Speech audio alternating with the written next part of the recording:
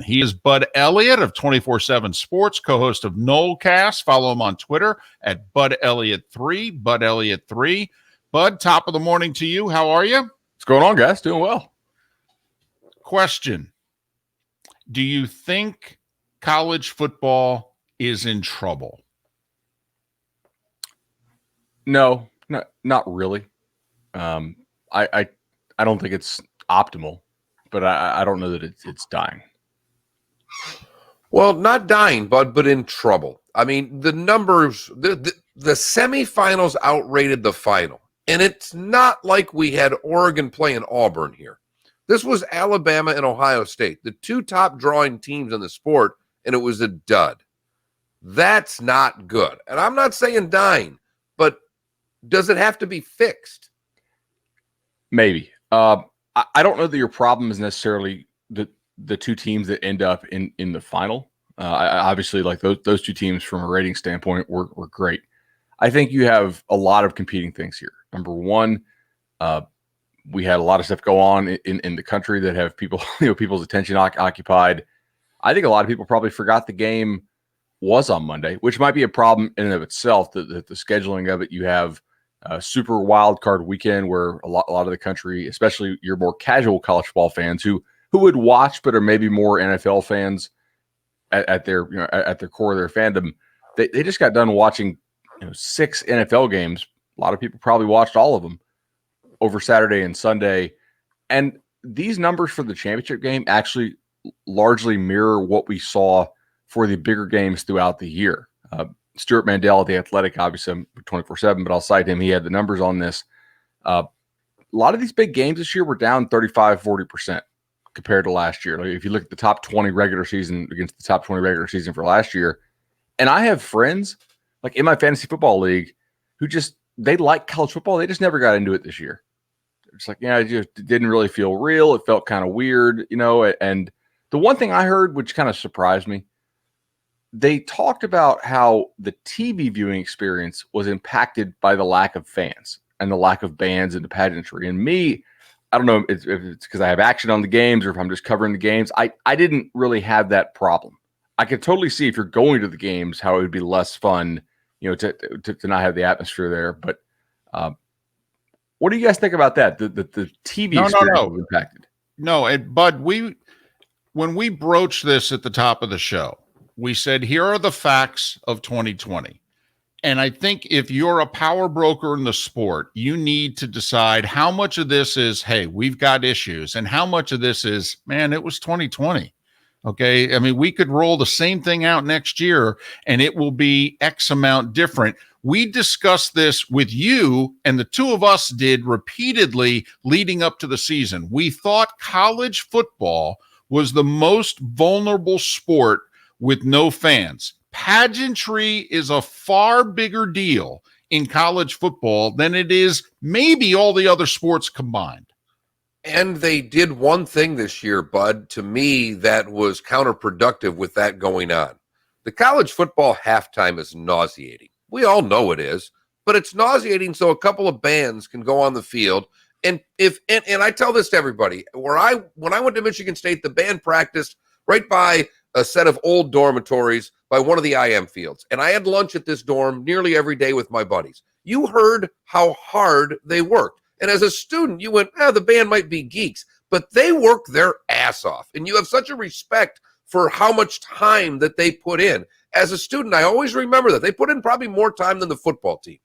And they still gave us a 30-minute halftime with no bands, no students, and you guys cover it for a living. I do a show, and I'm a giant college football fan. I watched less college football this year than I have ever watched in my 51 years on this planet because it didn't do it for me. So I'm of that. I mean, I watched the semis and I watched the finals. It was tough to watch games this year. I totally agree. The conclusion was almost foregone before the game started for 99% of them.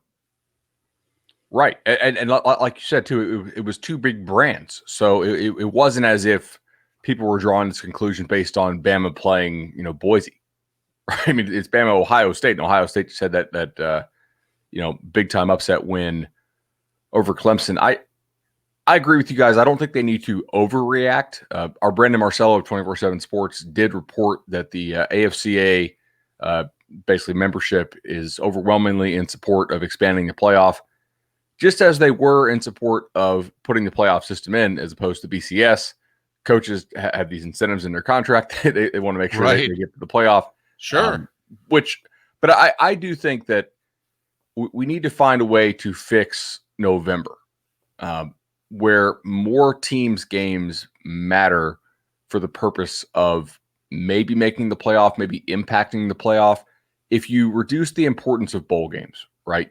So it used to be, hey, who's going to go to the Rose Bowl was a big thing in November in the Big Ten, even if the Big Ten was not going to have a national title team, even if the Pac-12 was not going to have a national title team. That's what I think is missing now, is fixing November. I think September, October, I don't think there's really a problem there for the most part, because I don't think most fans start the year really believing they have no shot. I think that you need to keep that belief alive for those final 5 or 6 weeks a little bit longer. Talking with Bud Elliott. College football is his world for 24/7 Sports, whether it's recruiting, whether it is the games. You can also catch his work as he co-hosts Nolecast. Follow him on Twitter at Bud Elliott 3. You know, Gary Danielson pointed this out on our show many years ago, in which he came in and he read off a top 10 list. And Mark and I bought it hook, line, and sinker. We thought he was talking about present day. And this was, 7 years ago. And he said, no, I just read you the AP top 10 from 1974. Okay. And so the powers that be are always going to be the powers that be. I mean, 7 of the 10, if they have their act together, they're going to be in the 10. It's just a matter of, like, now Clemson is in it, where maybe, in the 70s, Michigan was in it. And so when you're operating a sport in which you're not going to have parity, I mean, it's not possible, bud. They've been playing this sport for 150 years. The sport has never had parity. Whereas all of our professional sports, we've kind of been brainwashed, because what are they all trying to achieve? Some kind of parity. Doesn't college football have to figure out a way in which they need to make their dynastic programs work for them, where it seems right now it's working against them? I think so. The issue is you have a lot of fans who are not fans of those dynastic programs. And I think if you can play out the dynastic programs better, that would definitely help. But you also need to make people who are not fans of those programs care about those programs a little bit, while still caring about their own team and still having a reason. Because I think that's sort of a derivative market, right? Whereas their original team is always going to be the main market. And if the main market drops out, they're not just going to play in the derivative field. I don't think, right? They'll just go watch, just go watch the NFL. That's not to say we need to convince Oregon State fans that their team has a shot at the national title. But if their team has a great year, going to the Rose Bowl, making that matter, that could be something. Maybe, hey, if you guys actually won the Pac-12, you'd have a legitimate shot to make the playoff. Could be, something to work on there. I agree with you that the sport has never had parity. We have had decades where you had a more relative parity, but I think it was the 60s or the 70s where you had basically the same number of national champions that we're going to have over the last 10 years now. The 80s were kind of crazy with the BYU year. You had a lot of these SEC teams on probation because they were all narking on each other. Basically, I mean, that's, if you trace it back, everybody's tattling on each other and they're all on probation for cheating. And then Slide gets in there and everybody either stops cheating or stops tattling. Take your pick. So it's, there have been periods of kind of a relative parity and then periods of dominance. I mean, when Oklahoma was beating the crap out of everybody, I'm sure a lot of the media talked about them the way we're talking about Alabama. But we didn't know. I don't think we knew in August the way we know now that it's basically these teams. See that top 10 that you referenced, David, and the year Auburn didn't get into the BCS, they started at what, like 17? 2004. They started in the right. bowl. Yeah, they were like in the 22nd, and they Right. worked their way all the way up to third. But the preseason one was USC, and the preseason two was Oklahoma, and neither one of them lost, and Auburn had no shot. And granted, but we don't have very many years with 3 undefeateds. We can go back and look through this. It doesn't happen that often. So even then, in the current system, at 23, they would have gotten in. The problem that I think a lot of us have right now is that looking at this year, we knew where the roadblocks were. And this is where I've argued with the two of you. And I'm going to try like a son of a gun, as long as we have you on, Bud, and as long as I work with David, to try to convince the two of you of the point that you just made, Bud. If Oregon State wins the Pac-12, then damn it, they're in. I don't care where they're ranked. If you don't give that fan base the opportunity to get into the playoff, and there's not a cap, well, if you win the Pac-12, you're in only if you're ranked in the top 12. What the hell is that? You've already told a lot of teams that if you happen to pull off the right set of upsets, get to where you need to go to and win, you still aren't allowed in our playoff. I mean, the Washington Redskins had a shot to beat Tampa. They were 7-9. They were a 10-point underdog by the time that game kicked. And they were in that game. And anybody who watched it knows they were in that game. And in college football, you guys would not have let the Washington Redskins into the playoff. The Washington football team, find me $1. But you know the point that I'm making. And you guys have both been that way. And I will fight you on this forever, because I don't think it's fair is the wrong word. But I don't think it gives the sport what it needs when you tell a fan base, yeah, you win your conference. You're not necessarily in. You're basically doing to them what we did to Cincinnati this year, saying, it's nice, guys. We'll pat you on the head, but we can send you to a New Year's Six bowl. Are you anti us setting the number at 12 or anti any qualifier? Any qualifier. Win your conference, you're in. You go beat Oklahoma. If you're Kansas State and you beat Oklahoma in the Big 12 championship game, then I'm sorry, you're in. That was your quarterfinal or whatever you want to call it. I have a hard, like, if you told me top 15, I could go with that. I have a hard time thinking somebody who is ranked, 22nd or outside the top 25 that manages to spring a win. That is where I think you get a lot of pushback. And I think, I don't know who benefits in that situation other than the Oregon State fans, which obviously matter here, and we're just using them as a hypothetical team.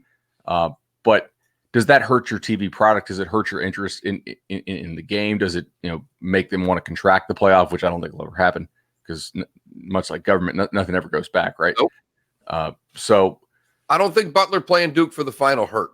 I know it wasn't a great rating, but I don't think it hurt long term. But I think what you're saying is, there is no doubt that if Michigan State, Oregon State, Kansas State, name the state. I mean, Arizona State. I don't give a damn. But there's far more of them than there are the power teams. That's the part that I don't get. These conferences are all focused on their Alabamas and their Ohio States and their Clemsons. Well, they all have a bunch of crap underneath that. And you're telling all the crap that they don't matter. Yeah, you got to find a way to make the crap matter a little bit. I mean, it's kind of bundling, That's true when you really think about it. I mean, he's doing derivatives. I'm doing crap. That pretty much breaks down Miller right there. I mean, Bud's gonna, I can see a story on 24/7 Sports in which we're equating Wake Forest to a cable channel number 231. I could see this idea. I mean, he's got content he's got to fill May through July. It's hard. I could see the headline. You've got to make the crap matter. And when that story appears on 24/7 Sports, Miller and Moulton are going to be, hey, we did that. That's us right there. Oh, man. Wow. Going forward, all right, is there a big, I think Georgia walks to Atlanta next year. It just seems like on paper with what everyone's losing and what they're bringing back. I know they opened the season with Clemson, so in theory they could start with an L, and we've never had a team with 2 L's make it into a playoff, but it just seems to me there are certain teams that were really good this year that don't look as if they're going to be really good next year. Yeah, and I think the Gators are one of those teams. Well, there are some interesting things about Florida, right? Florida, 15 of their 22 starters were high school class of 16 or 17. Mullen got there. His first class was 2018. So it is interesting. Either McElwain had a whole bunch of guys recruited in those final 2 classes he signed who were really, really good, or some of the guys Mullen signed early on haven't panned out. Like I'm curious to find out what is the answer there, right? What was the reason they weren't getting on the field? Now, Florida did get some good news last night. Jeremiah Moon announced that he's going to come back. Trey Dean announced that he's going to come back. So those are decisions that should be made. Those are not guys, in my opinion, who should go pro early. But they're still decisions that Florida, wants to see. And I do think Mullen's a really good coach, or at least he has the ability to get his teams up, right? The LSU game was an example of them playing poorly, but I think their A game is really good. I want to see what Florida's passing game looks like next year. I suspect pretty strongly they're going to go back to the more traditional Dan Mullen stuff, which is more QB run based. Try to play a little bit better defense this year. Their defense was disappointing at times.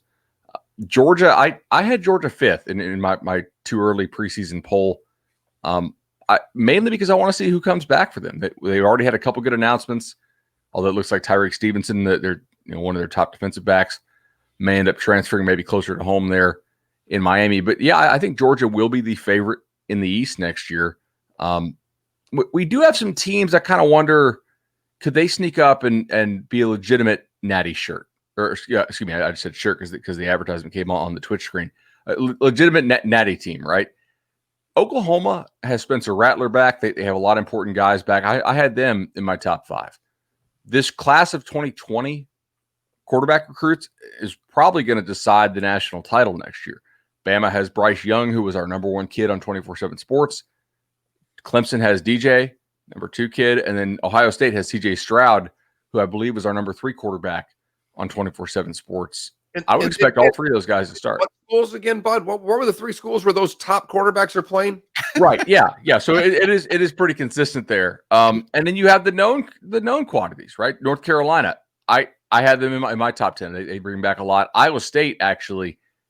This is interesting. See, I don't think Iowa State is a legitimate national title team, but they're a legitimate chance to win the Big 12 type team. I mean, they have, I think they had 12 guys on the All Big 12 team, and 11 are coming back, including the quarterback. That's a team that I think solidly belongs in the top 10. Fair enough. And for the record, Bud, yesterday I said Oklahoma's going to play for the national title. I think Oklahoma's going to win a playoff game and play for the title. That's how high on the Sooners I am, because they're bringing most everybody back, and they had it going at the end of the year. See, I was the high man in our voting on Ohio State, right? And basically just because I trust CJ Stroud. I think Ryan Day is a good coach, and they stack talent and use the talent really well. So I kind of bet on the talent. I want to see continued improvement from Oklahoma's defense. They definitely improved again this year under coordinator Alex Grinch, who they got from Washington State by way of Ohio State. And he's done a really nice job there. I trust Lincoln Riley to have a good offense. I don't know if their defensive talent is quite there yet, but Ohio State also didn't play very good defense in that title game. So maybe I shouldn't have them number 2. We'll see. Bud, quickly, our poll question today, since the air conditioning in the studio, not where David and I are, but back where Giro's running the show, is out and has been. He's taken one for the team today. If you only could have one thing working, what would it be? AC, refrigerator, hot water heater, internet. Ooh. In this month, internet. If you ask me again in August. Right. The other 11? Yeah, it might be AC. He's Bud Elliott, 24/7 Sports, co-host of Nolecast. Follow him on Twitter at BudElliott3. They produce tremendous content on 24/7 Sports. Tremendous year-round. Check it out if you don't already. Bud, we're very appreciative of your time and of your insight. It's going to be a while till we talk. All the best to you and your family. Stay safe and be well. All right, guys, be well. Enjoy it. Bud Elliott, kind enough to join us once again here on Miller and Moulton. Today was the day when, coming up, Seth Everett in a little more than a half an hour. Thanks for being with us, Miller and Moulton, on a hump day on Southwest Florida's Fox Sports Radio. You seen this one yet, David? It's worth watching, unless you're getting up here. Yesterday's? Yeah.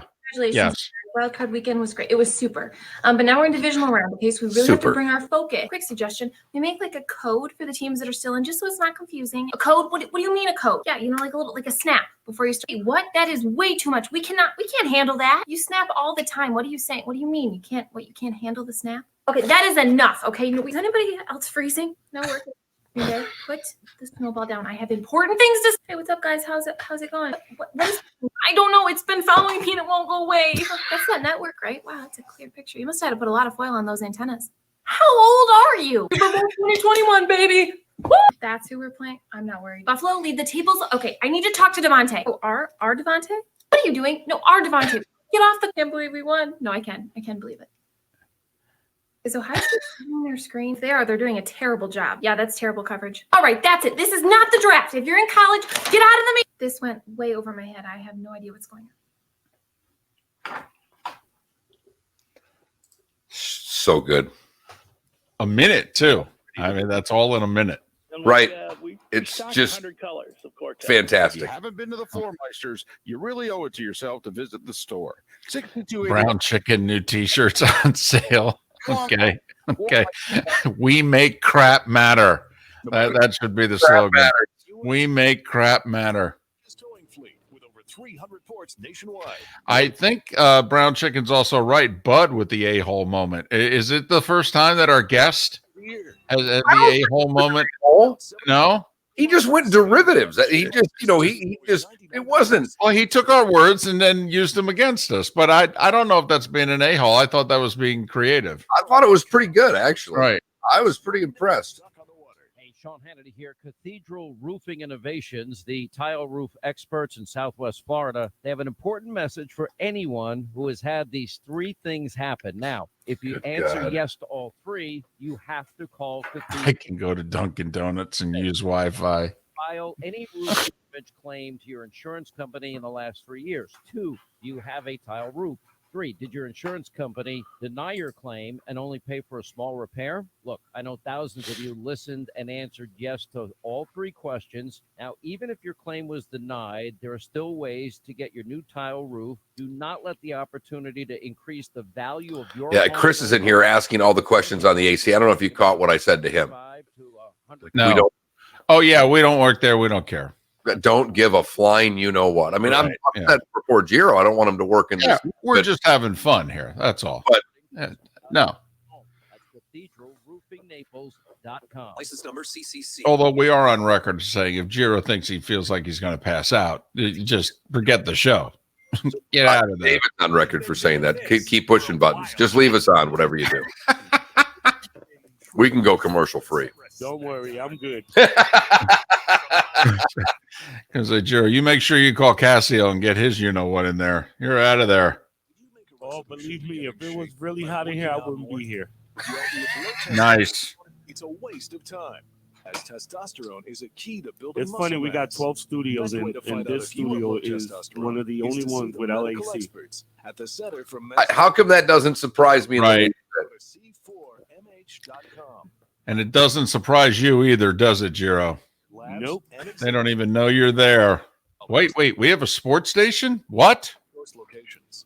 C4MH.com is convenient, safe, and Actually, affordable. Once you're a C4MH.com patient, you just walk into any location for treatments. No appointments needed. So make your resolution a success with C4. God, I've got about a minute and a half. Son of a. We got a lot of good stuff again today. well, you know, I think we're coming back right now. James Deraspino, MD, Medical Director. You have like 4 minutes.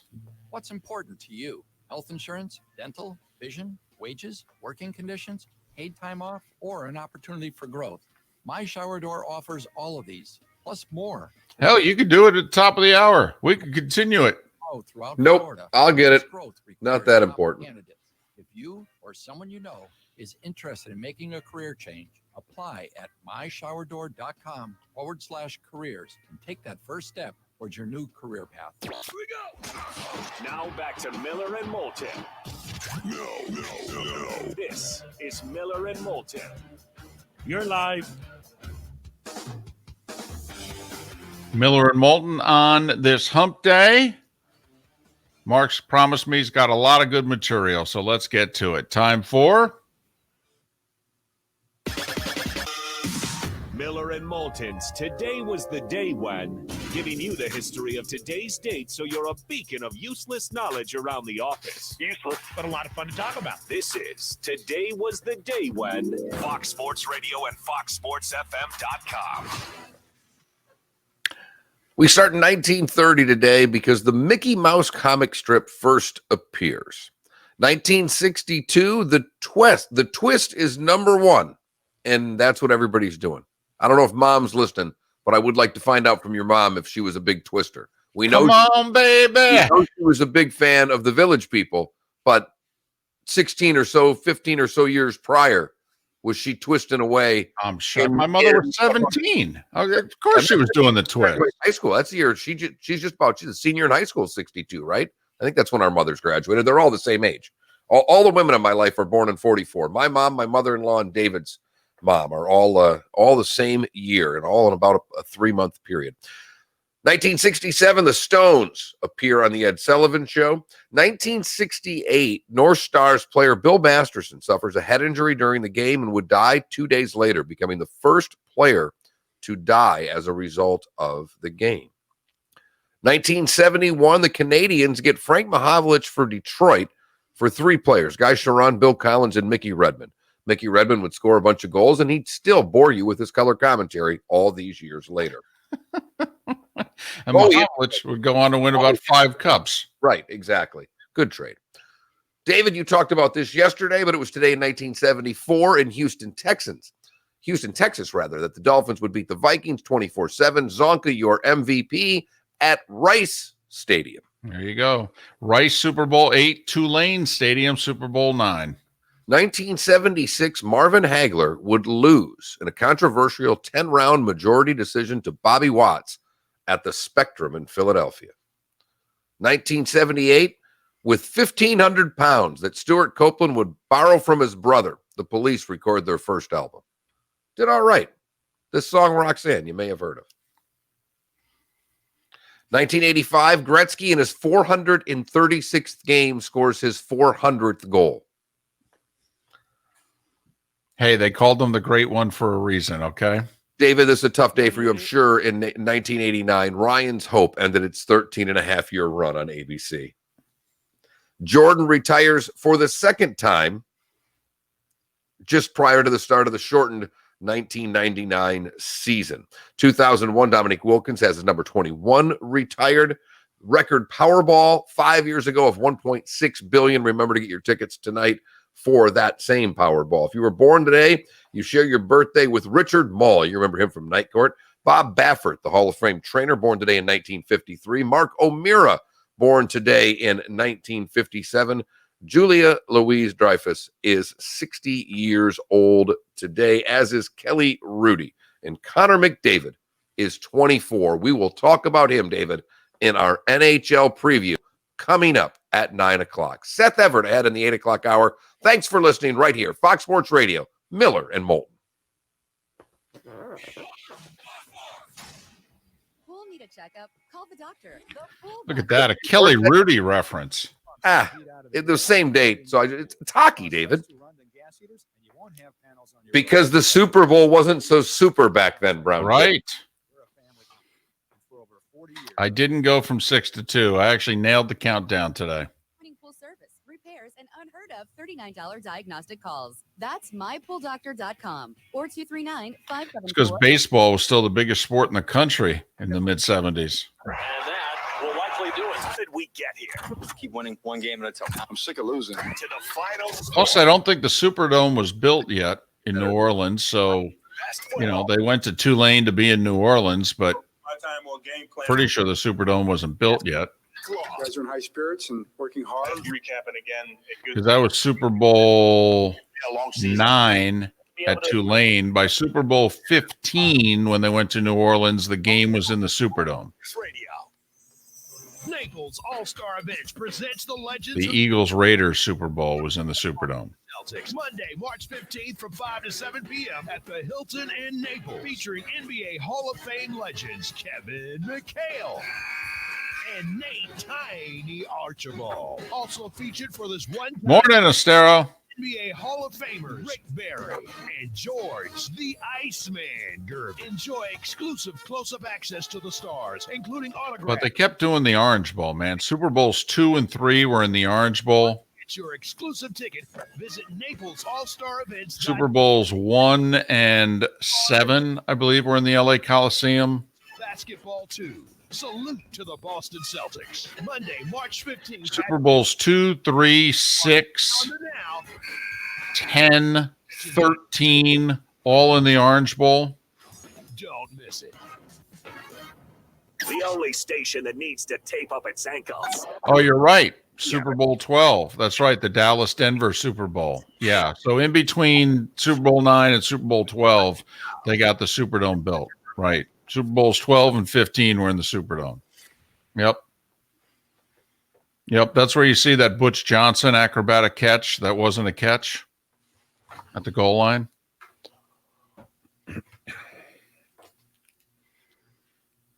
That was also a crazy Super Bowl because 2 defensive linemen were co-MVPs. I think it was Randy White and Harvey Martin.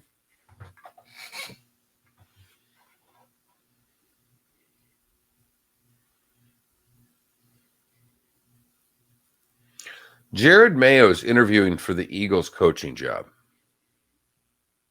Gerard Mayo? Yeah.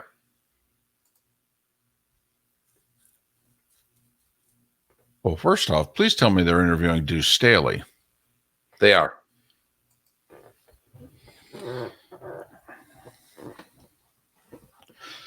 Joe Banner thinks it's all a show, that he thinks they know who they're going to hire, or they knew before they fired Doug.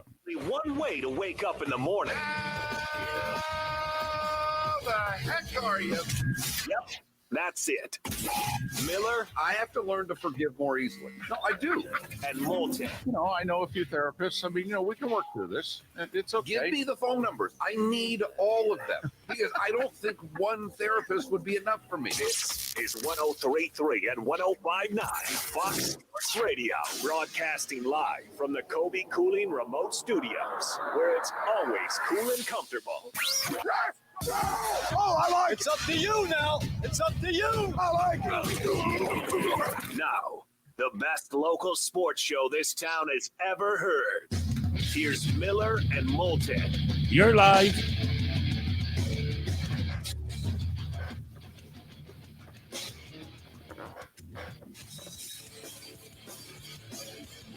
The excitement is building. We are T-minus 58 minutes until our NHL preview live and exclusively on the Miller and Moulton Twitch channel. I can feel the excitement building. I'm ready. NHL season underway tonight, baby. 5 games, including 1 in Tampa. What is it, like 4,000 fans, I think they're allowing at Raptors/Lightning games? Or did they come out the other day and say, actually, I thought they came out the other day and said no fans for the time being. I can't imagine that the NBA is going to want any fans in any games right now, anywhere. No, but I think that Tampa specifically, they came out for the Lightning and said, yeah, we're deciding to start the year with no fans, which then also meant that the Raptors also couldn't have any fans. Don't know if they were having any. Yeah, they had planned on it, and then 4 days ago said, yeah, with the corona numbers going up, we're good. Okay. MillerandMoulton.com is where you can stream the show. If you miss any part of the show, that's where you can download our podcast. We thank the thousands of you daily who are doing just that. We're on pace to have 3 million downloads in a year.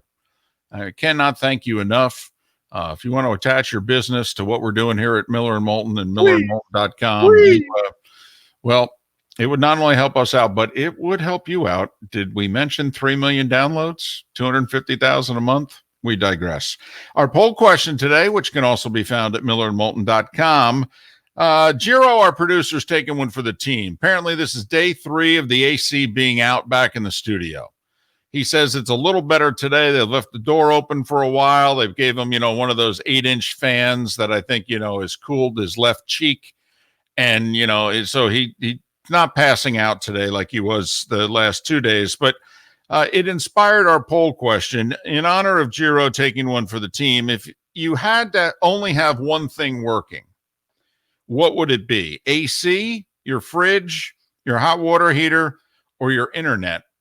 And right now it's a battle between the AC and the internet, and AC is winning, which I'm a little surprised about because it's January.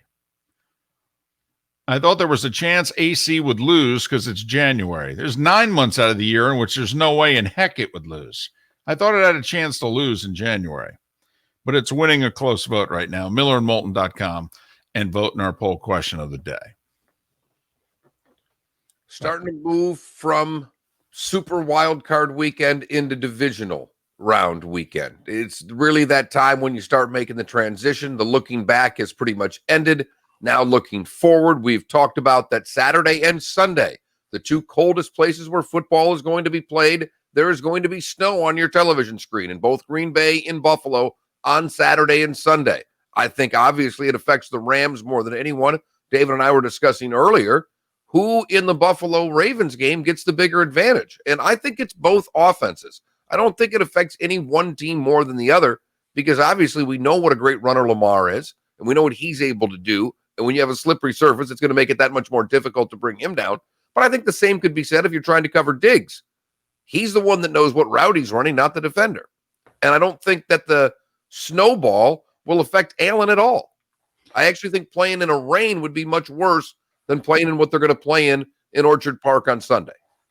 Green Bay and Buffalo, the two Saturday games, Kansas City and New Orleans, the two Sunday games. Now, they're not calling for 4 to 6 inches of snow.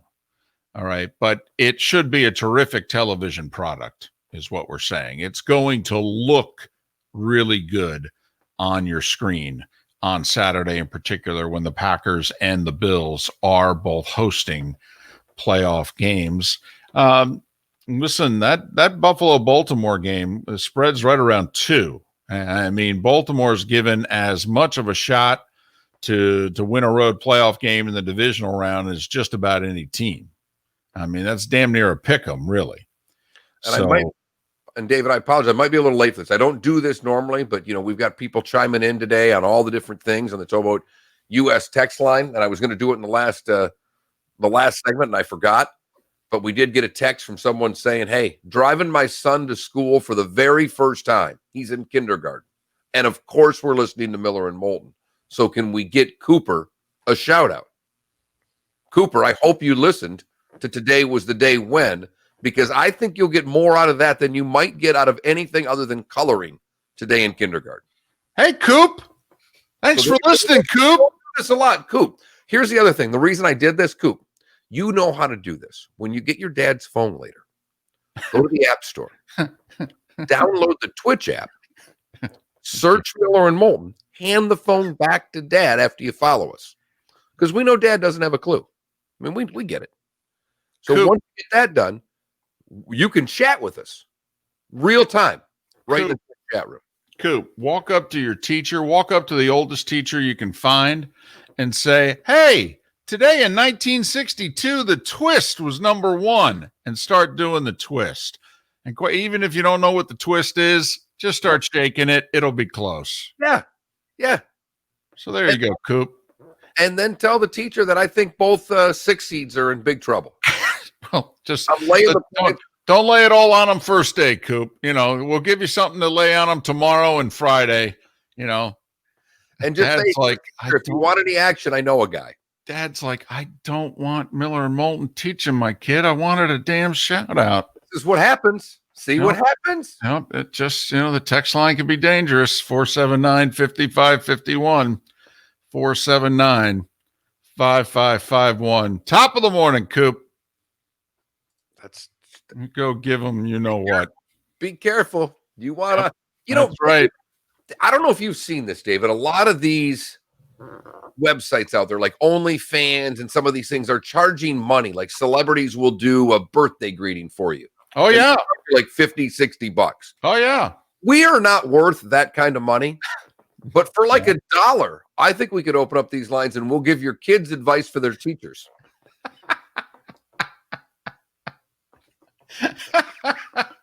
Here's the thing. Sarcasm to mom. Those cost $5. Right. Here's the thing.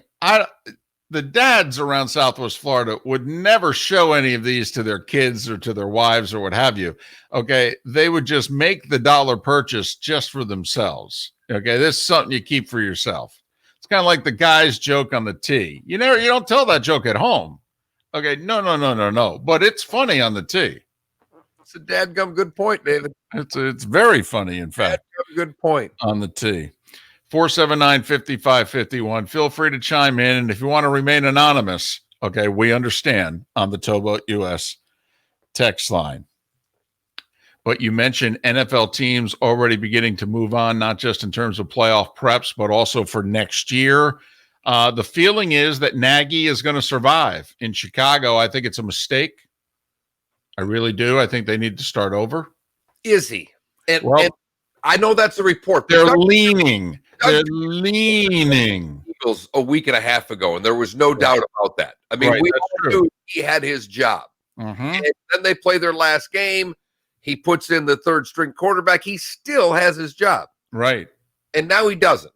Right. And all I'm saying in Chicago is that today they're leaning. I don't know how strongly that lean will be. Well, and Mark, sometimes organizations will send out trial balloons. And so maybe someone in the organization is just leaking, well, as it stands right now, we're going to keep Nagy. And then organizations, and they will never admit it, and then organizations will listen to sports talk radio, read the columns, and go online and Twitter and all that, and 48 hours later go, what the heck are we doing? Apparently everybody hates this guy. We got to get rid of this guy. We're going to be selling tickets next year after all. We got to make people happy. Apparently they're really unhappy with our product. Huh? Who knew? We didn't have fans at the games this year. I didn't hear a single boo. But apparently they're not happy. No, I don't think they are. You lost 8 of your last 11. I don't think they're happy. Call me crazy. Because listen, if you're Chicago right now, I mean, OK Music in our Twitch chat room just said, as a Bears fan, they're probably going to bring Nagy back and extend Trubisky. I mean, honestly, you've got 2 or 3 options here if you're Chicago. But why would you continue? Isn't this the definition of insanity? If you bring Nagy and Trubisky back, you really think the result's going to be different? No, seriously. You think the result is going to be different? Well, and this is largely, David, why I told you I would have fired Lynn with the Chargers. This is a similar situation to me. Nagy lost his job a month ago. It was over. They had gone from 5-1 to the toilet, and it looked as if they weren't going to make the playoffs. And then they found themselves, they won games. How many games did the Chicago Bears win this year that you think they shouldn't have won, if you know what I mean?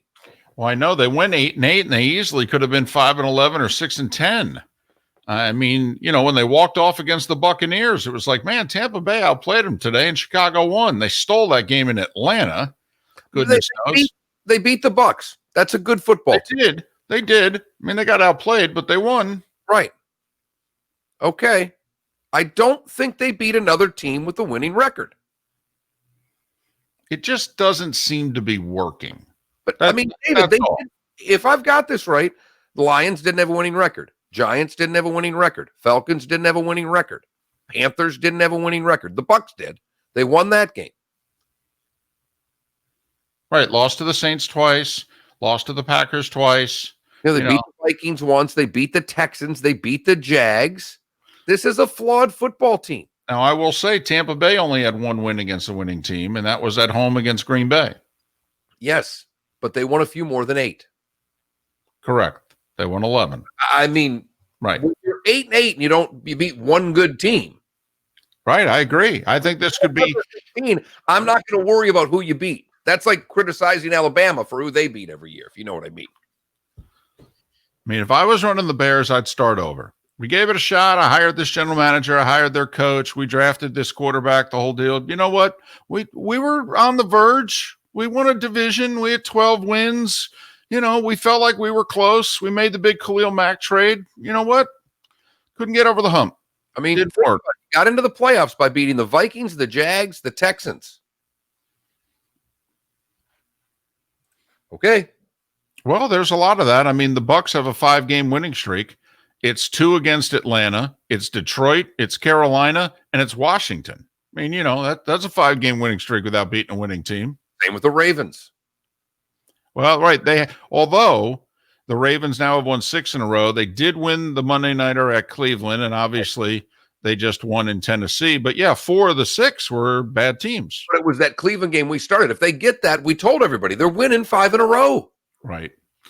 That was the game when we won it, that you and I in particular, me more than you, but that's when we went, ooh, this was not a good result for the Dolphins. This was because you own the tiebreaker against Baltimore, and then the best Baltimore could have done was go 10-6, and we thought, well, we think you could get to 10. I don't know about 11 though. And that Monday Nighter in Cleveland when Baltimore won it, that was the game that, forget your own doing, but that was the game outside and that you needed to go the other way. 479-5551, 479-5551, the Towboat US text and talk line. But the Bears, Chuck Pagano retiring as defensive coordinator. Seattle fires their offensive coordinator. I mean, they only won 12 games. Although I saw a tweet yesterday in which in the last 4 years, and they listed like these 5 quarterbacks. It was like Ben Roethlisberger, Russell Wilson, one other prominent quarterback, and Blake Bortles. And who had the most playoff wins? And the answer was Blake Bortles. Because he and the Jags won 2 playoff games in 2017. And in the last 4 years, Ben's won 1, Russ has won 1, that sort of deal. It's why we have a Jags fan that's found us in the Twitch chat room, and he's not here right now, but every once in a while, and he says a lot of outlandish things, but yesterday he just said, this is only me here, but you realize Blake Bortles is the backup in Tampa, and he just keeps kind of bringing up, if Tampa wins this, Bortles gets a super, and he's understanding he has nothing to do with it, but there have been a lot of little Jaguar things going on. The Bortles thing. Last week you had Leftwich and Del Rio as the coordinators in the game and left against one another, right? So I mean, there have been these little hints of Jacksonville Jaguars that have been poking through the postseason. Trey Wingo, he formerly of ESPN, he used to always say, wins is not a quarterback stat. Okay, that was something that he believed in tremendously, that he did not think the 1-loss record was a quarterback stat. And he would cite what it is that we just cited. For the long, I mean, Mark Sanchez has 4, not just playoff wins, he has 4 road playoff wins. Dan Marino had 1 his whole career. He had 1. We can go through a list of quarterbacks who did not win 4 playoff games, never mind 4 road playoff games. What's your gut feeling, by the way? Because, that's a stat that they keep. I think for the longest time, Marino and Elway battled for most wins, and then Favre overtook them. And, they credit quarterbacks with wins. To you, is wins a quarterback stat? In the postseason, it sure as hell is. I don't know if it always is in the regular season, but it has to mean something. We've had an ongoing debate with someone in our Twitch chat room. Young kid by the name of Nick has a podcast, Knee Brace Radio. They do a nice job. I've been a guest of theirs a couple of times, one for football and one before the birth of his daughter when he sought out a couple of dads with daughters for parental advice before getting into it. That was a lot of fun. But he keeps giving us credit. And he's like, this is the hill he'll die on. My hill has nothing to do with sports. My hill is ketchup's not allowed on hot dogs. That's the hill I'll die on. His is Matthew Stafford's going to be a Hall of Famer. And we laugh at him all the time. But David, if wins didn't matter, his argument would have a lot more merit. Because statistically, Matthew Stafford has been a great quarterback. He doesn't win. Period. End of sentence. And you don't get into the Hall of Fame without winning. Usually not. There are a few exceptions, but yes. But as a general rule of thumb. Yes. And I bring that up because he has been passionate about that. And I've been passionate telling him how nuts he is. But the fact of the matter to me is if wins didn't matter, his argument holds a lot more water than if it did. So it's got to matter, David. So to you in the playoffs, and if that's the case, then one needs to look at Jared Goff a little differently. Because, I mean, here's the irony. Jared Goff does not get credit for the win in Seattle last weekend because he did not start the game, which is ridiculous. I mean, I think football should have something that baseball has, an official scorer, in which the official scorer gets to decide whether or not who gets the win in a game in which the starter doesn't go 5. And also the awarding of a save and all that, the official scorer can chime in. I mean, to me, the NFL should step in here. I mean, John Wolford got hurt on the second series of the game. It was scoreless. I mean, of course, Jared Goff should get credit for the win. Never mind the fact that he played it with 3 pins in a broken and dislocated throwing thumb. But, Jared Goff, who I'm not a huge fan of, even though he's taken a team to a Super Bowl, and he has won road playoff games in Seattle and New Orleans. Granted, Seattle without fans. And I do think anybody who's ever been there with the 12th man, it's a totally different deal, 12th man and no 12th man. I mean, Aikman was trying to make that point, which is like, this, I know technically it's a road game. They could be playing this game anywhere. I mean, if you're not going to have fans here, I mean, big deal. San Francisco played home games in Arizona this year. It didn't matter. It just doesn't matter this year. It's mattered less and less over the course of the last 10 years, but it certainly doesn't matter right now. 479-5551, Towboat US text and talk line. Question came in the chat room. Thoughts on Dan Quinn being hired as the Cowboys defensive coordinator. I would not be crazy about that if I was a Cowboys fan for this reason. Dan couldn't fix the defense in Atlanta, and he's a defensive guy. Now, granted, Atlanta's personnel was flawed. So's the Cowboys' personnel. So, Dan's a great guy. Everybody loves Dan Quinn. But, Dan Quinn, and, he this close to winning the Super Bowl with Atlanta, this damn close, but he didn't. The defense is what got Dan Quinn fired in Atlanta, and he's a defensive guy. So if I'm a Dallas guy, yeah, will he be better than Mike Nolan? Sure. But he also plays a style of defense that seems to work when you have the Legion of Boom type personnel. And Dallas is not going to have that kind of personnel next year. So will it be better than Mike Nolan? Defensive personnel right now, David. Dallas doesn't have defensive personnel. No.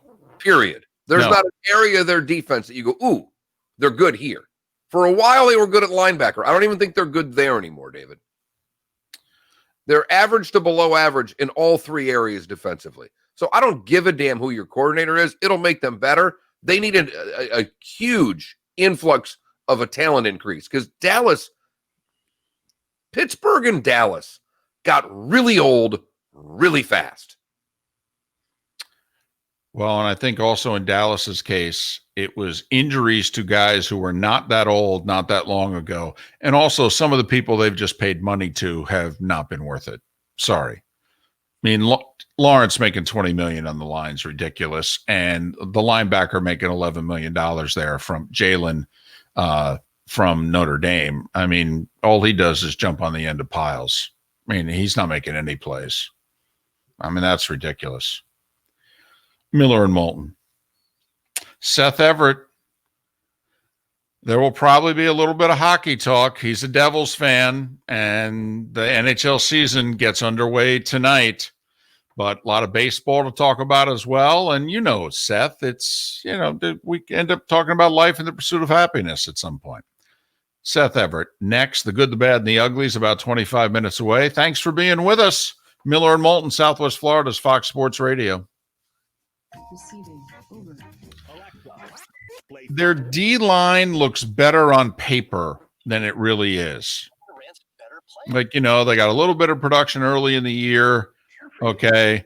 Yeah, I watched Jalen play all year long. Okay. You know when he made those tackles? 7 to 8 yards downfield. I'm telling you, you got to trust me on this. He's not the player that they thought he was going to be. So did they already? I'm seeing Coach's hot seat. Oh, okay. It was yesterday. Southern Hills might be getting the 2022 PGA. Oh, okay. By the way, it's Calusa Pines that's going to get the WGC event, not Tiburon. Well, when I called a couple people, I just asked about Naples. I didn't ask about Tiburon, and I was told I've been talking to as well that are in the golf industry locally that have been getting the calls. That's all. It's not 100%, but the course they're talking about is Calusa Pines. Well, you figured it had to be. Well, it could be TPC Traverso Bay, but it's not Tiburon. That's all I was saying. I wasn't telling you that it was happening. Just telling you the courses. But if it's Calusa Pines, because like people are like, they'd let him there? Oh, yeah, it's a World Golf Championship event. Calusa Pines will have him there. There's a chance Tiger will. It's a WGC event. Right. Tiger might play. Correct.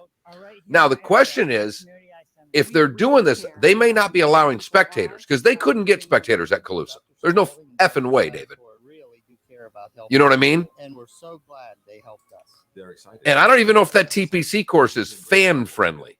Hi, this is Dr. Scheibel from Community Eye Center. My partner, Dr. Spatafor, and I want to remind everybody, don't be a spreader. The coronavirus is so tiny, 100 million particles fit on a head. You're mixing two things. Okay, I mean, I know you, but I actually think the fact that they've brought up social justice gives them a 180. Okay, music. I mean, Roger Goodell basically told them all not to speak about this and went on TV and said, I'm wrong. So the coaching carousel and the Rooney Rule and the social justice platform are two completely different things. Okay, music.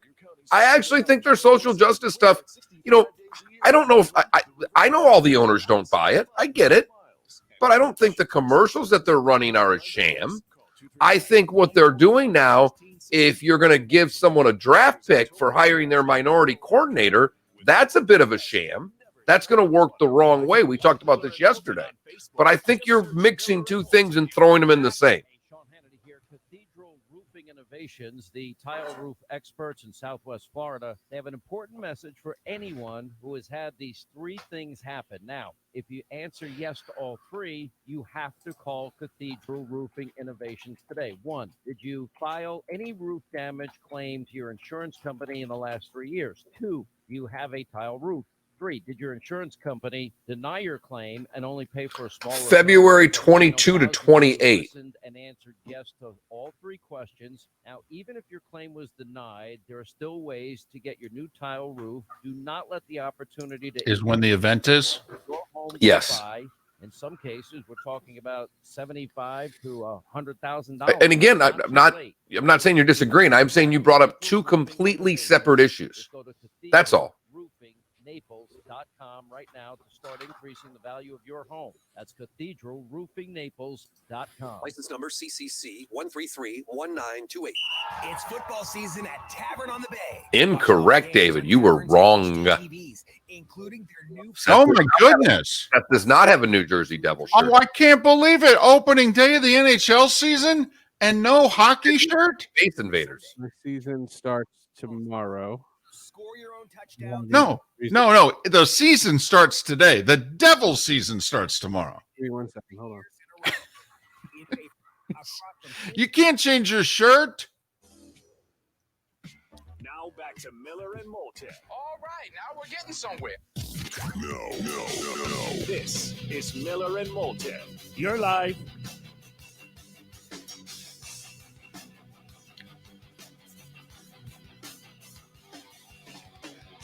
28 minutes past the hour. Thanks for being with us. We are Miller and Moulton on Southwest Florida's Fox Sports Radio. That's 103.3 and 105.9 FM. We stream this show at millerandmoulton.com, and we are broadcasting live on the Miller and Moulton Twitch.tv channel, and we have just intimidated our Peer guest. pressure. That's It's peer the pressure. first time in the dozen years that we have had Seth Everett on the show that we have intimidated Seth, because if you join us on Twitch, you can see Seth. And Seth had a Space Invaders t-shirt on. And we were mortified. It's the first day of the NHL season. Seth's a huge hockey guy. Yeah. And so we beat him verbally about the head and chest. And he said, okay, fine. And got up during the break and put on his Devils jersey. Yeah, no, it's hockey season. It's been a weird morning. One personal thing I have to tell you guys, my daughter's having surgery right now, so I'm a little distracted. She broke her arm. She has to have a pin put in her elbow, and she's literally there now. And the surgery was supposed to be this afternoon. It got moved up, and I didn't have time to tell you guys to reschedule. I was going to say, why are we doing this? Are we talking to you? We can Yeah, end but this right because now. of COVID, I can't go. Only one parent can go. So I'm climbing the walls here anyway. So I was like, oh, it's 8:25. Let's do this. Let's do it. Never once did I say, what shirt should I wear? Never thought about it. Not a problem. So that would have been good to But I know. did have And another option. I appreciate you throwing the jersey on. Yeah, And, just quickly, Seth, because I don't know if you want to talk baseball. I don't want to talk baseball. I'd much rather talk hockey with you. The Sure. Devils are the bottom team in their division. Yeah. They're the longest odds in what is far and away the best division of the four in this bubble, that the divisional bubble or whatever that they're creating. Do you have any expectations for your team? Because from the looks of it, they should get steamrolled all year because they're forced to play in this division. Maybe. The two things that I say is I love the realignment selfishly. It doesn't work for every team, so I'm not going to sit here and say there's a commentary on it. What I have loved about hockey, and I've been a hockey fan my entire life, it's my favorite sport by a lot, is the rivalries. When I see a calendar, when I see a schedule, I will circle the Flyers, the Rangers, the Islanders, the Capitals, the Penguins. Like, those are the teams I like to play. When the Calgary Flames come to town, I tune out. I'm not as into it. Nashville, I could care less about. San Jose Sharks. Why do I always get the tickets to the San Jose Sharks game? And now in this setup, all you do is play your rivals. So you have no West Coast games, so no late starts. Everything's at 7, and the weekend games are all in the daytime. Oh, this is just made for me. And I got an email. I'm credentialed, so I'll be there tomorrow night. Look at you. And look at you. All of the back-to-backs. And you mentioned you're a hockey fan. I'm not going to get all the way to the playoffs, but I grew up a Red Wing fan when they were bad. And they'd play Toronto on a Friday in Toronto, and then they'd play the same two teams in Saturday in Detroit, and the physicality of game 2 was off the charts. In this entire year is being played back-to-backs, all in one arena, but just because of COVID and all the other reason, if the Rangers play the Devils on Friday, they're playing them again on Saturday. Well, And the usually it's on Sunday. Give them credit. Usually it's on Sunday, but it'll be 2 games like that. It'll be like if you play Thursday, you probably play Sunday, and it's the same 2 teams in the same arena, and I like that. The Northeast, we Canada doesn't have this because they have a lot of travel. Because even though they're all north of the border, let's be honest, Edmonton and Montreal are not close. And so they have a much rougher schedule travel-wise. For us, literally, it's 4 miles to the metal to the Garden. It's 10 minutes to wherever the Islanders play, whatever asbestos-filled arena they have. And the Flyers, I hate the Flyers just as much as I hate everybody. And that's the beauty of it is I hate those teams as much as I like my team. So you say, yeah, we're going to get steamrolled. I don't care. If I clock some Flyer guy in the chin, I'm fine with the night. That's okay. And I told the Devils I'm going to go to 2 to 3 games a month. So I'm slated to go, and every game's a rivalry game. It's super fun. Can you hear the hatred in sports and Seth right there? And that has been a staple of Miller and Moulton, Seth. Hate is good in sports. Right. All right. That's and it is exactly true. right. Hockey is appealing to their hate. I love it this year. The rivalry with another team and the chanting, that's where I'll miss the crowds and such like that. But hockey is unique like that. And what I've said to hockey people, to people who don't love hockey All I ever say is go to one game. I used to say this about Prince. Just go to one show and look me in the eye afterwards and say, God, that was awful. Because no one ever says it. No one ever experiences that and says that. So, look, it's a lot of fun. Gary Bettman has such a different tact than Rob Manfred, just to bring a baseball comparison. Rob Manfred was crying about the $8 billion they lost. And Gary Bettman gave an inspired speech where he said, financially, we're going to lose $1 billion this year if we even do this. We should shut down, but we can't be out of sight, out of mind. We need to be relevant. And what they are now, they've evolved into they just pacify their niche. Their niche. They're not looking for the fan in Alabama to give a crap about them. They're just doing this. Well, and the one other thing that I believe that Gary Bettman convinced the owners the reason why we have to play is they're just about to begin TV negotiations. Right. Very difficult to ask for 2, 3, 4 times the money, which they're going to get, by the way, because we've talked about, because live sports is the only thing that's guaranteeing you a television audience right now. And so they're going to get it. And the NHL is going to be flush with more cash than ever, but you can't negotiate a TV deal when you're not playing. Yeah. And Seth, that would be my question to you, because the NBA's Board of Governors are meeting today about a possible pause. The Dallas Stars have more players with COVID than without. We have players testing positive in the NBA for the second time now. These are all scary things in terms of trying to complete a season. I'm not going to get into about when fans are coming in any of that crap. Yep. NBA, NHL. Do you think that they have the ability to do what the NFL did? Because if you go back, Seth, when we had the Marlins start and their little thing, I think we were all panicked of what was going to happen in baseball. They got through it. Yep. Football somehow remarkably played this season in 17 weeks. We screwed the Broncos, but other than that, we're good. But they did. The Broncos didn't play all 17 because they didn't have a real team for one of them, but they screwed them and got the game in. And they did. I don't know if Bettman has the guts to do those things, if that's even the right word, Seth, but how do they get through this season when we're talking about game one and teams not even being close to being able to field a roster? Yeah, it's a concern. There's no secret, and you could make the argument that they shouldn't be starting this soon. I saw Bob Nightingale's story about baseball, and I'll draw the hockey analogy here. Bob Nightingale spoke to the union, and the union is demanding 162. So the union is telling their players, be ready for February. You're going to spring training.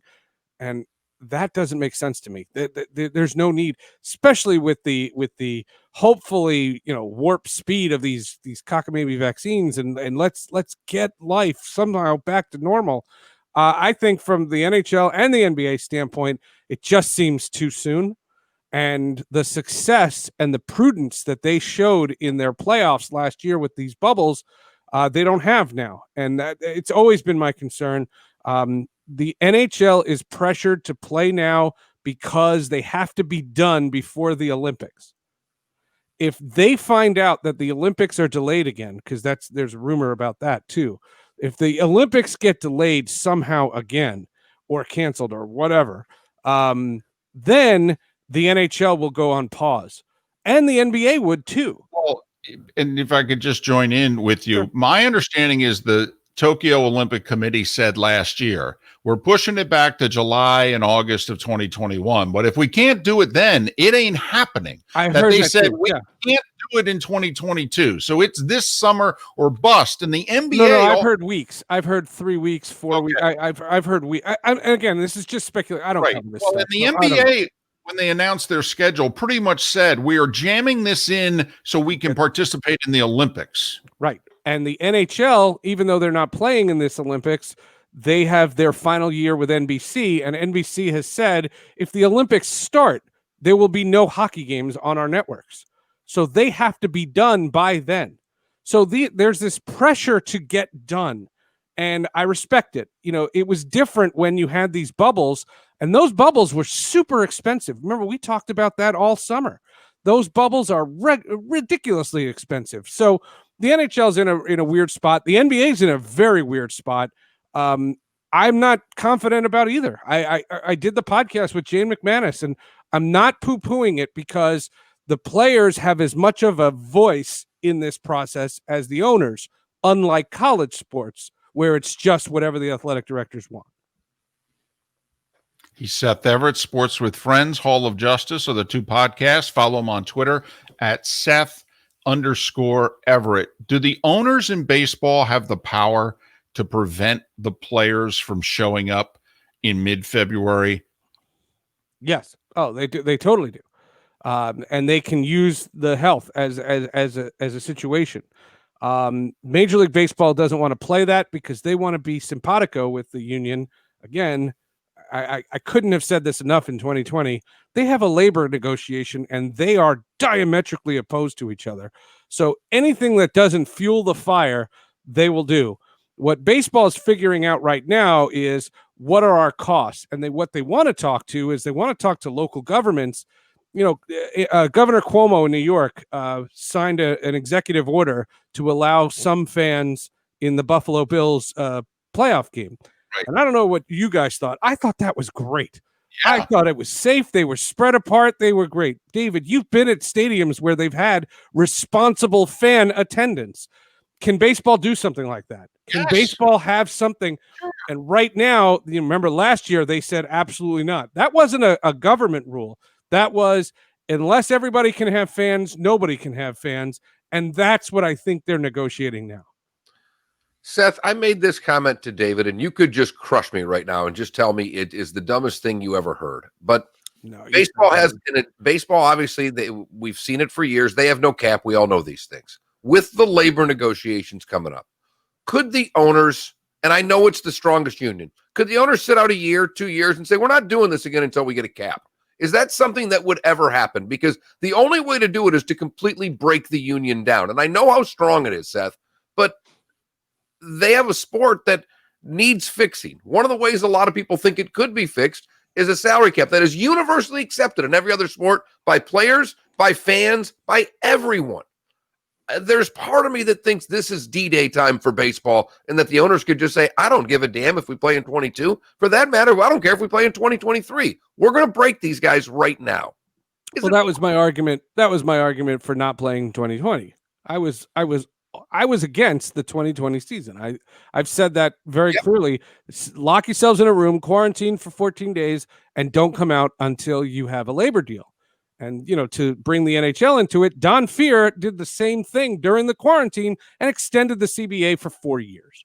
And the argument for baseball is it's not about a salary cap. It's not the old negotiation. The salary cap, the luxury tax is a salary cap. I mean, one team goes over it and they pay a hefty penalty. That's a salary cap. It's no big deal.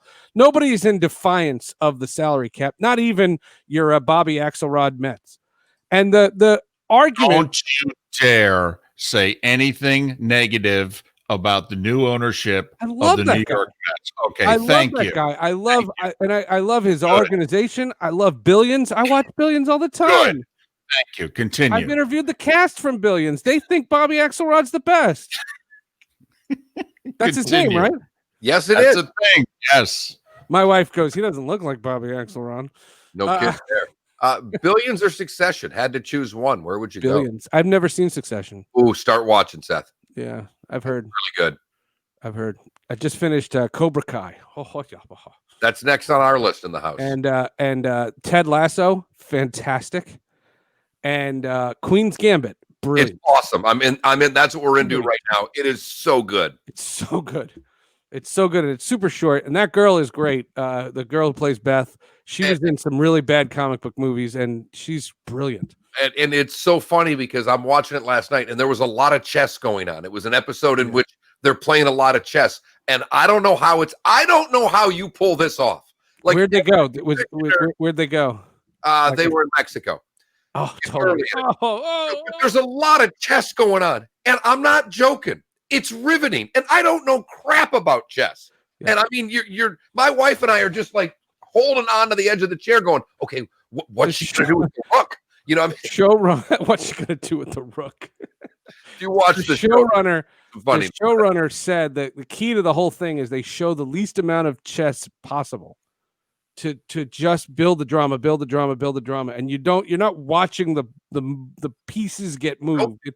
It's brilliant filmmaking. Nope. You're watching the people move the pieces. You don't have to know a darn thing about her it. eyes. It's Her eyes when she stares into her opponent. That is intimidation. It's brilliant. Brilliant. All right, thanks for. I'm just waiting for you to get back because you're really good about going on 4 different tangents and then going back to the original point. Oh, I interrupt. Screwed. See ya. No, I'm just kidding.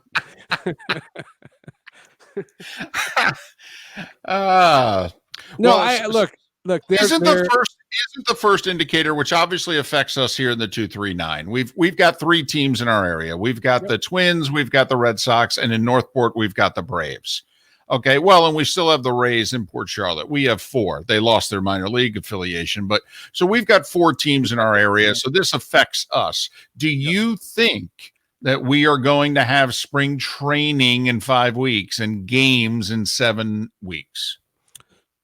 Give me like 10 more days. I don't know, because the union is insisting and baseball might cave. So yes, but I don't think they want it. You know, last year there were 8 to 10 teams that didn't want to have any season whatsoever, and they got overruled. The question is it growing? You know, is it now 15 teams? I believe if you have more than 10 teams, they can vote it down. That's the bylaw. And last year they had anywhere between 8 and 10. This year, do they have 12, 13, 14? There were some teams that are literally bleeding money and teams that you wouldn't think are bleeding money. So they're all doing a bunch of bean counting right now and figuring it out. He's Seth Everett, Sports with Friends, Hall of Justice, or the 2 podcasts. He's in his Devils jersey. NHL season underway. 5:30 today with the Flyers and the Penguins. The Devils season gets underway tomorrow. They have no chance of the playoffs. Follow me on Twitter. I'll have a crap load of pictures. Of a crappy team. Whatever, man. This is a great uniform. Oh, Seth, you understand that that's probably, it's not even probably, it's my second least favorite NHL team. I'm a Red Wing fan. What you guys, that left wing lock sweep, I still used to work for the Avalanche. We hate your team. And I hate the Avalanche. They're my first least favorite team, and then it's the Devils. Chris Draper and Patrick Waugh. Oh my God. Claude Lemieux. That was crazy. I was there. All right, Sports with Friends, Hall of Justice. What do you got? Friends, we pay a proper tribute to the late, great Tommy Lasorda with Fred Clare, the former Dodgers GM, also the former VP of communications for the Dodgers, and a guy who covered the Dodgers for 30 years, so 3 different perspectives. Plus, I tell my story, and I can't believe we didn't do this. Tommy Lasorda and I have met twice, and he publicly ripped me to shreds both times, calling me a communist and un-American. At the World Baseball Classic in 2006, we tell those stories on the podcast. He was out of his mind, but he's the dugout wizard. So we pay tribute to Tommy Lasorda. And on Hall of Justice, I'm going to put it together today.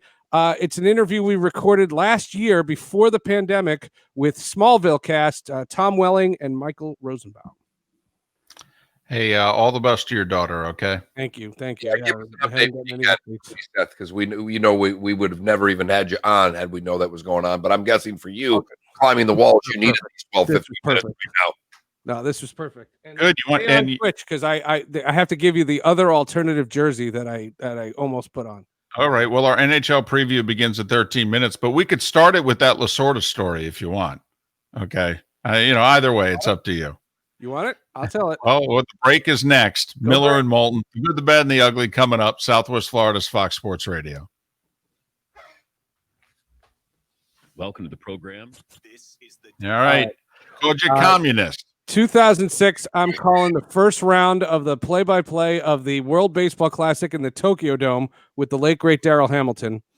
And what we were talking about is the World Baseball Classic is ill-conceived because they play it in March. And if you're going to play it for competition, you do it in October and November. If I was a general manager, you would never let your pitchers pitch in the World Baseball Classic 2 weeks before a full season. Tommy Lasorda heard us say that. He sits down. We give him this glowing introduction. He sits down. We took a photo, which is the photo I posted on social media. And right after that, he proceeds to say, "What the hell are you talking about? You don't know what you're saying. It is American to pitch in an international tournament. You wear that jersey, and that's what's important. You're crazy. And he goes, what are you, a communist? Shouted it. So then, What was the follow-up question? so our joke after this brutal segment was Daryl and I used to go, dugout wizard? I don't know. And then in 2008, I'm at the winter meetings in Orlando, and I'm sitting with Ken Griffey Jr. on a dais, and we're hosting a stage show for 300 people and taking questions from the crowd. Somebody asked about the World Baseball Classic, and we gave the same answer. And all of a sudden, this voice from the back row behind the lights starts shouting, "You people don't know! How did you get on that stage?" And he did it again. 2 times I've met Tommy Lasorda. Both times he has ripped me to shreds. God, that's great. That's fantastic. There you go. This is an inaugural season Syracuse Crunch jersey. Nice. Very nice. I want to capture that. Is that a couple years ago? Oh, that's older than that. That's HL. This is AHL, yeah. They don't have this uniform. They've changed their uniform a bunch of times. But yeah. Photography is just a hobby. It's something I really Nice. and it's good to know that Dr. Liz cared. Uh-oh, here we go. He's disappearing again. He's threatening to disappear. No. It's Crunch Man. The most caring doctors. What affiliate was in Syracuse at that time? We were the Vancouver Canucks. Gotcha. Always makes a lot of sense for travel. Right, because at that time the Rangers were in Binghamton. And so effing stupid at that time. But the Binghamton Devils, which the Rangers used to be in Binghamton, the Binghamton Devils are playing in Newark this year. So, really? Yeah, because of COVID. And so the Binghamton, and did you see 3 teams opted out of the American Hockey? Yeah, we were happy because our team's affiliated with Nashville in the ECHL. So Milwaukee, right? Get better players. It's weird, but when Syracuse Crunch come to Newark, I'm going to go. Yeah, Seth, when I was in Binghamton, the Rangers were in Binghamton. The Devils were in Utica. Yeah, the Utica Devils. Yep. Totally. Oh, yeah. And the Sabres were in Rochester, the Amherst. But Tommy Lasorda he was a lunatic. A freaking lunatic. And when I found that picture when he died and I texted it to my old producer, the only response on text was, he hated you. God, that's great. Did you see, David? I think I sent it to you directly. There was a clip a buddy of mine sent me of Lasorda on the mound in the playoffs. Oh yeah, the Doug Rao thing. Oh yeah, with the umpire. What do you think I should do? We played in the podcast. We played Paul Holden. How you're feeling? You've given up 4 effing hits in a row. No, we did in the podcast. He never let up on Lasorda. Yep. In the podcast we have the Dave. What do I think of his performance? Yeah, we have that, and he did a commercial in 2004 for my show with Daryl, way before we ever had our run-in, and we have the audio. Somebody sent me the audio when he died, so the podcast has a lot of stuff. It's really, really nice. All right, bye, Seth. All right, see you guys. Good luck. This is Mark Miller's Good, Bad, and Ugly on Fox Sports Radio. You're live. For the good, we go to Utah. You know, as they say, David, the story is Utah, where 2 men were doing some ice fishing, and they saw a fawn out on a lake, not making it, slipping, falling. That's when Branson said to his buddy, "Dude, that's a deer." It's an actual quote from the story. "Dude, that's a deer." They carefully made their way over the thin ice. At one point, dude's boot went through the ice, but they managed to get the fawn to the shore.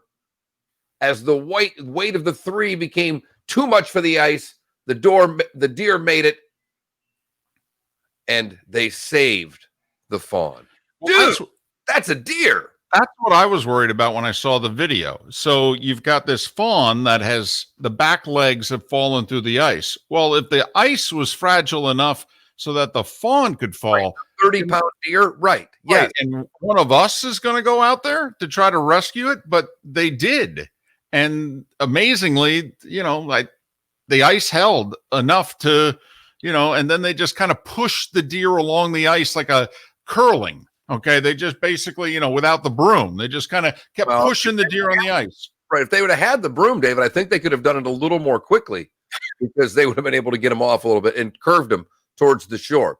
For the bad, we go to Tampa, where Scott Massa was hospitalized after burning himself while he tried to set a home on fire.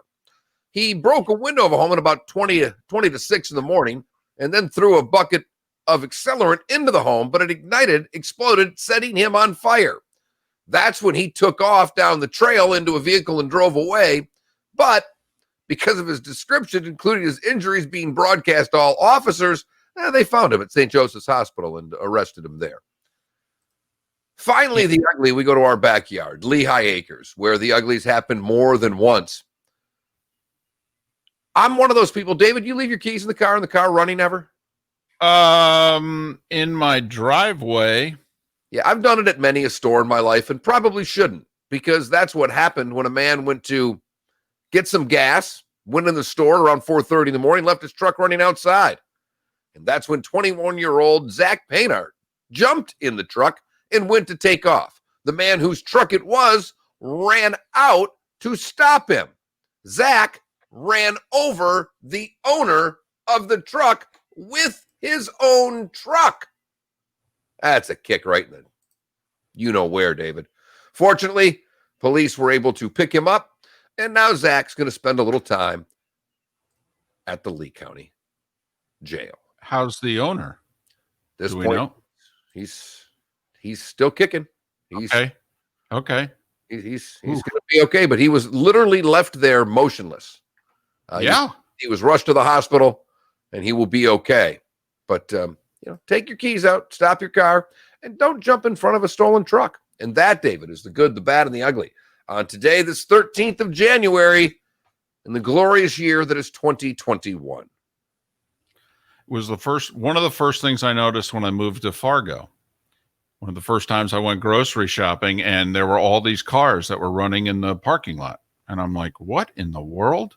And I go inside and I ask someone at the register, there's like 12 cars out there that are running. She's like, well, yeah, it's cold. The engines will seize up. I'm like, yeah, the cars are running. Somebody could steal them. She goes, nobody steals cars around here.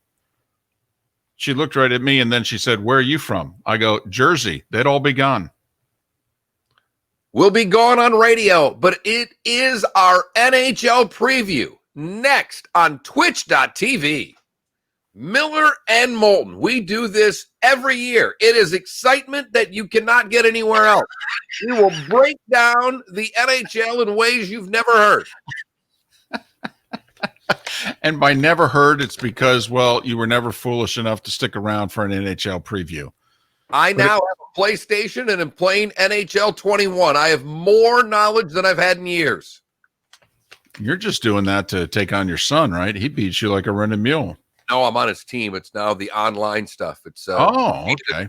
His roommate playing hockey together. Yep, I'm 51 and I play video games with kids. Speaking of beating like a rented mule, Mike Lang, legendary voice of the Penguins, right now is opted out of the season because of COVID, not doing the games. That's a bummer. It really is. Get ready for helmet logos. They come tonight.